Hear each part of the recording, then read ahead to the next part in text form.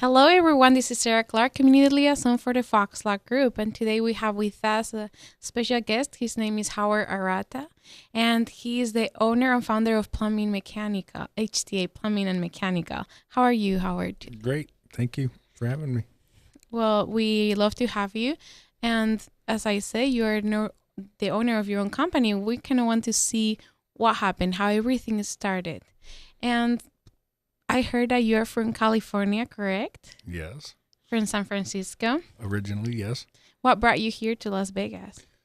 Well, I actually had a couple stops on the way, but I lived in Southern California and Phoenix, pursuing plumbing work the entire time. I actually worked for plumbers starting in San Francisco as a child, and went to Southern California, and followed pretty much learning the trade a lot more down there, and ended up going to Arizona and ended up settling in Nevada. What interested you as a child to start being in the plumbing business? I had basically a mentor that kind of had me help him on weekends and on weekends cleaning trucks, and in San Francisco, it was it's a big city, and as young as I was, it was kind of interesting to fix plumbing in houses that were 100 years old, and the individual taught me quite a bit about it and entrusted me to actually, at a very, very young age, that didn't have driver's licenses or anything else, to go out, and he'd actually call me when I got to the customer's house and explain to me how to fix things in their house. So that kind of started me on it and infatuated me, and I just stuck with it. Wow, you said you were really young. How young? About 12, 13 years old. So that is pretty young. So you loved it since then, and then you came here to Las Vegas. And what happened? Where do you work? What do you do? I worked for Casero Plumbing for 10 years. I worked for Pioneer Plumbing for 2 or 3 years. And I had a friend that actually, we worked on quite a few jobs, and he was an air conditioning guy, and we ended up starting a plumbing side. We just had a little different values and went our separate ways. He's still in business as an air conditioning company, and I pursued different things in the plumbing industry. So What brought that change, that separation? yeah, we just kind of had a little different moral values as far as how we ran our businesses, and we didn't quite see eye to eye. And there is where HTA Plumbing became? Yep, that's obviously my initials. So seemed like a good idea at the time. I didn't know what else to name it. And A lot of business are named after last names and names. Yep. So sounds good to me. And so when you became your own plumbing business, what were some of the challenges? Because it can be kind of hard and challenging to start your own thing. Yeah, and we had actually some customers that he had already had a operating air conditioning company, so that helped us in getting it off the ground. He did do track homes.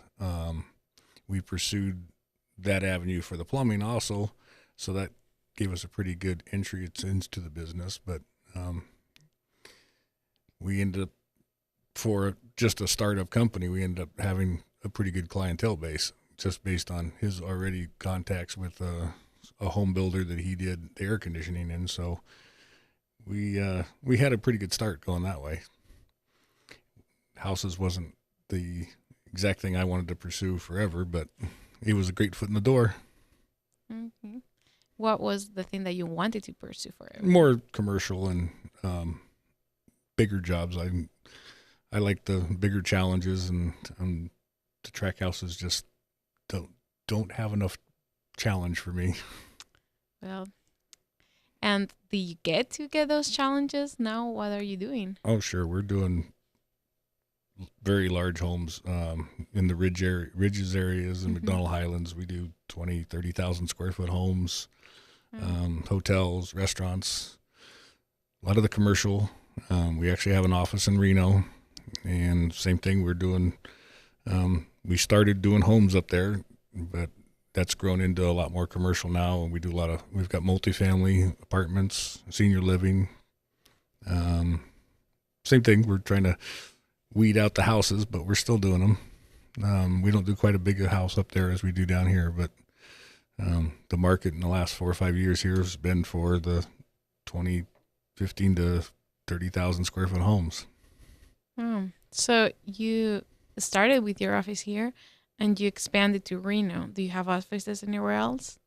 We actually have a California license, and we do work in California, mostly in the Tahoe area. Okay. Not too much in the southern. We have done a couple of jobs, but don't have an office there. Okay. How many employees do you have? How many do you have now? How did it grow? Well, pretty much straight out of in the beginning, we started with just about 10 employees, just because that's what it took to get the houses going that we were doing at the time. And during the economic demise in the last 4 or 5 years, we've gotten back down to about 15 employees. But right now, we're back up to about 75 employees. Wow, in just a few years then. No, yeah, that's been the last year has been picked up considerably. Oh. So you started with 10 employees. Was that scary to say, okay, I'm going to start my own business and all these people depend on me and depend on how this business works out?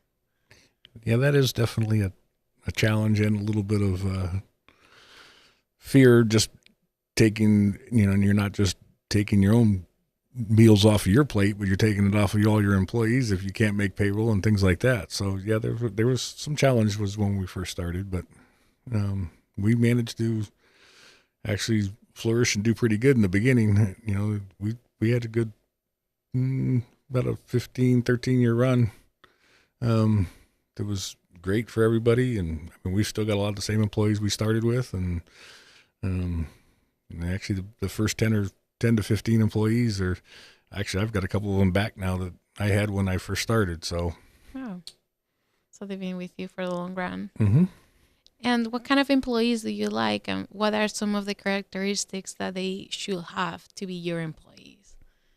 Well, honesty is one of our bigger attributes. We try to take care of our customers, and we appreciate that in our employees also. And we do drug tests, so we can't have guys running around in our vehicles or going into customers' homes that are less than desirable individuals.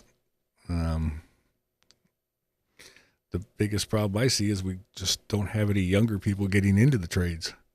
Always, even the apprenticeship program that you're familiar with, that I'm also involved with. Most of the students that are they're in the 30s and 40s. I mean, there's no young people that get involved in any of the trades. So I think that's going to be a problem in the future, and it's already a problem now. Well, you wanted this trade, you like this trade since you were really young, because you had a great mentor. Do you think you could, what will you say to these younger people so they will kind of start maybe looking into the plumbing business? I don't know what it takes to get somebody to want to do that, because it is hard work. I mean, it's not easy work. You're working outside, you're working with your hands, and a lot of people just don't seem to have that desire anymore. It's lost something in today. And talking a little bit more about your mentor, so have you been in contact with him? Does he know all this growth that you've done? Well, actually, one of them died many years ago. He was an older gentleman when I was growing up. So actually, he was retired when I was growing up. So, and the other individual, no, I haven't. I saw him maybe 20 years ago, but that was about it. And I have no idea what happened to him. They must be very proud of you, though, if they could see you. Yep. And, well, there's a lot of people out there that maybe, like you, started with being an employee, and they are trying to get to the point where they can be their own boss, to say, and have their own business, what would you recommend them to do? 2 or 3 tips. Don't give up. Don't give up. It's not always easy, but there is rewards at the end. Is there a moment where you were about to give up? And No, truthfully, I'm not a quitter. I like to, even in my own life, it's always been a desire of mine just to kind of buck the system and make something out of it, whether it's easy or not. So, well, that is great. And well, Howard, if anybody wants to contact you, we know that you like big houses, commercial, plumbing, and mechanical problems. If anybody wants to contact you, how can they contact you? Sure. We have a website, or we're on a... What's your phone number? 702-891-5304. What was that again? 702-891-5304. Okay. Well, Howard, thank you so much for being here with us today and for sharing your story. And I'm sure that will inspire a lot of other people that want to also kind of start their own business and grow like you have grown in all these years. And thank you so much for coming. And thank you, everybody, for listening. And if you want to contact us, you can always contact us through our website, FauxLaw.com, FauxLaw.com. Thank you. Thank you.